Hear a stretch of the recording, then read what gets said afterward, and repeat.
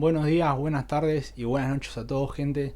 Bienvenidos a otro video nuevo en el canal de Lautaro Labs. Hoy vamos a profundizar en uno de los componentes más críticos en el setup de un monoplaza.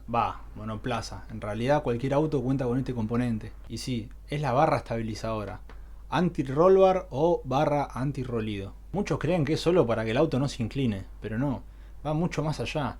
Esta herramienta en realidad su principal objetivo es gestionar cuánto y cómo es la transferencia lateral y según ello decir si tu auto es sobrevirador o subvirador. Y todo esto lo hace sin arruinar la frecuencia natural de cabeceo que tanto nos costó calcular con los resortes principales que estuvimos analizando en el video anterior. El primer concepto fundamental es la separación de modos. Cuando diseñamos una suspensión buscamos una frecuencia natural óptima. Si luego endurecemos los resortes para mejorar la resistencia al rolido, estamos modificando esta frecuencia natural y sacándola de su punto óptimo. Y acá es donde entra el anti-roll bar.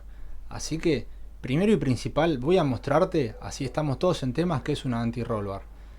La que te voy a estar mostrando a continuación es una barra estabilizadora tipo U.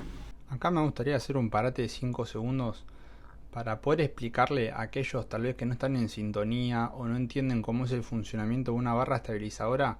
Bueno, hacer una explicación simple, visual y de manera burda de cómo funciona una barra estabilizadora en la vida real. En la siguiente imagen podemos apreciar, por ejemplo, un tren delantero de un auto, en el cual se puede ver que hay una barra de color verde que une ambas ruedas.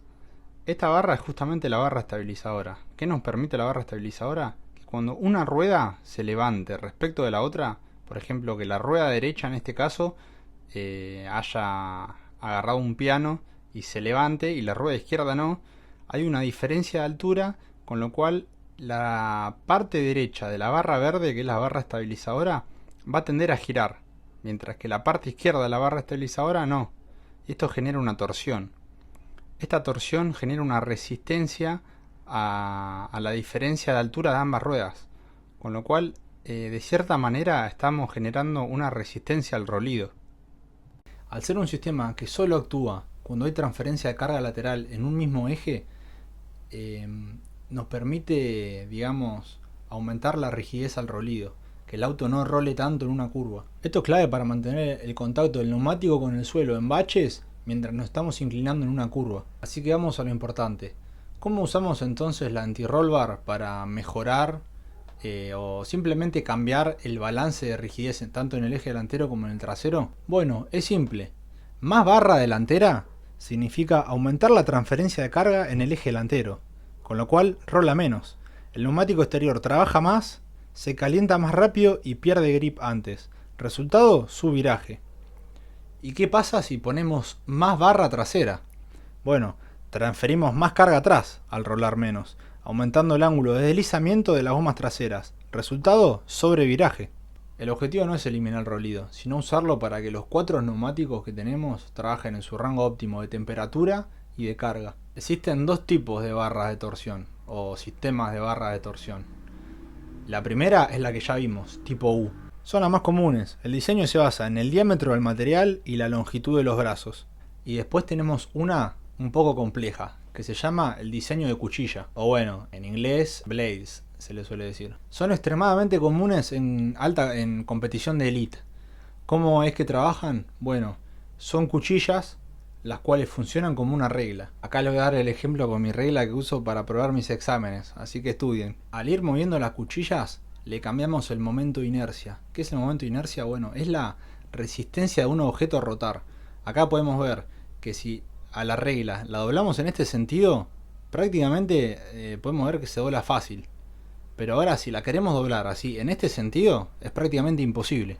Esto es porque, aunque el material sea el mismo, el momento de inercia o la resistencia a doblar de este área, que sería el área finita, no es lo mismo que la resistencia a rotar de este área. De la misma manera actúan estas cuchillas. O sea, a medida que más la vamos doblando y que tengan que rotar en este sentido, se va a poner mucho más rígida, y a medida que la vamos doblando en este sentido, va a ceder mucho más. Y de esta manera se permite ajustar la rigidez en el pit lane o en los pits o en boxes sin tener que cambiar piezas, solo doblando las cuchillas. En cuanto a su fabricación, suelen ser de acero de resorte. Sería SAE 4140 o SAE 5160. Y muy importante que son tratadas térmicamente para evitar la fatiga y asegurarse de que obviamente vuelva a su posición inicial. Y para aquellos que se estén preguntando cómo funciona en realidad la rigidez, les dejo la siguiente fórmula. Para una barra de sección circular, la rigidez se define de esta manera, siendo K-twist la rigidez torsional a doblarse, G el módulo de rigidez, que significa qué tan duro es el material ante el retorcimiento. En un acero suelen ser 80 gigapascales, en una regla obviamente va a ser mucho menor. Prácticamente depende del material. J es el momento polar de inercia, es un momento de inercia como los que estuvimos viendo de la regla. Y L es la longitud de la barra. Cuanto más corta es, mayor se vuelve la dificultad a girarla. Y asociándolo con esta longitud, de cuanto más corto, más difícil, viene un concepto muy importante. Imagínate que la barra de torsión es como un churro. A medida que más largo es, más voy a poder girar de un lado y del otro el churro y torsionarlo, que esto se le llama torsionar, girarlo en un sentido en un extremo y otro sentido en el otro extremo, sin que se corte. Y cuanto más chiquito es, menos va a ser el ángulo que voy a tener que aplicar para que se termine rompiendo.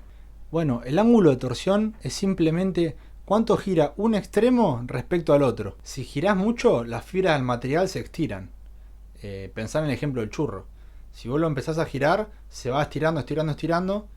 Que si vos soltás, puede que vuelva. Pero si te pasaste de un límite que lo estiraste demasiado y se rasgaron algunas fibras del churro, ya no va a volver a su posición inicial. Se va a quedar así torsionado como lo dejaste. Mientras vos lo puedas torsionar y que vuelva a su posición original, a esta zona se la llama zona elástica. Una vez que llegaste al límite, que desgarraste este churro y no vuelve a su posición original, se le llama zona plástica. El desfase o ángulo máximo permitido es el máximo ángulo que vos le puedes dar a la barra mientras esta vuelva a su posición original y que no se deforme permanentemente. Si el ángulo es chico, la barra gira tranquila y vuelve a su posición original sin ninguna sobrecarga ni nada por el estilo. Si llegas al punto límite, el material es como que se rinde y ya cede de su zona elástica y pasa a quedar deformado permanentemente. Cuando se utiliza una de estas barras de torsión, ese límite no se puede superar. La barra de torsión o la anti-roll bar funciona como un resorte rotacional. Cuando de un lado sube una rueda o se comprime un resorte, por ejemplo en una curva, y del otro se extiende, que hay una asimetría, esta barra actúa como rigidez para tratar de equilibrar, pero para dar esa rigidez se tiene que torsionar. Sin mucho desarrollo para no aburrirte, acá te dejo la fórmula que responde al ángulo de torsión en una barra. Esto puede estimar cuántos grados va a tener la barra antes de alcanzar su esfuerzo límite, es decir, antes de entrar en la zona plástica. En aplicaciones automotrices, estas barras suelen trabajar en ángulos relativamente pequeños. El diseño se hace para que incluso en las situaciones más extremas no haya mucha torsión en esta barra. El margen de seguridad debe ser alto. ¿Por qué pasa? Bueno, porque si pasa a ese punto de que se deforma permanentemente, ocurren varias cosas que no nos interesan en el auto. Tenemos un auto subvirador o sobrevirador, como lo hayamos diseñado, y al romperse esa rigidez y haberse, digamos, cambiado la rigidez propia del eje en el que se haya roto la barra estabilizadora, nos estaría cambiando el comportamiento esencial del auto. Tal vez nosotros buscamos un auto sobrevirador y nos está respondiendo como un auto subvirador, encima de manera asimétrica. Se hace un quilombo. Por eso al diseñar la barra de torsión no solo importa su rigidez, importa también su diseño, que esté bien diseñada para que según su rigidez tenga un cierto ángulo límite y que trabaje muy por debajo de este ángulo límite. En mi software podemos ver algo de esto en lo que es el diseño de las anti-roll bars. Nos encontramos en la pestaña de dimensionamiento de amortiguación. A la izquierda se pueden ver algunos inputs como el diámetro interno y externo del anti-roll bar y el módulo de rigidez del acero, que es de 80 GPa, entre otras variables. Se puede ver que en uno de los cálculos tengo 55% de la rigidez adelante, es decir, en el eje delantero. ¿Cómo salió este número? Bueno, tomando en consideración la propia rigidez de los resortes y la rigidez agregada por las anti-roll bars. Esta rigidez corresponde a cómo responde en realidad el auto. Si es subvirador, sobrevirador, cómo responde una curva y demás. Es extremadamente importante. Y otra pregunta, una vez que te haya mostrado esto, que te podés estar haciendo es, ¿por qué se usa más rigidez adelante? Bueno, al tener más rigidez del roleo adelante, el eje delantero toma más carga, más transferencia de carga lateral, lo que tiende a generar subviraje, es decir, ida de trompa. Esto se hace para compensar un poco el sobreviraje natural propio que tiene un auto de tracción trasera y asegurar que el auto que tenga el piloto sea estable y predecible. Igualmente es obvio que cada equipo tiene sus métodos. Diseñar un anti-roll bar no es solamente doblar unos caños y listo. Es dictar el comportamiento térmico de tu auto y ver cómo se integra esto a la dinámica propia del auto. Bueno, por hoy terminamos y espero que les venga gustando todo este proceso de diseño vehicular de la serie. Espero verte en el próximo video para darte mucha más información nueva. Así que no dejes de aprender nunca. Un saludo.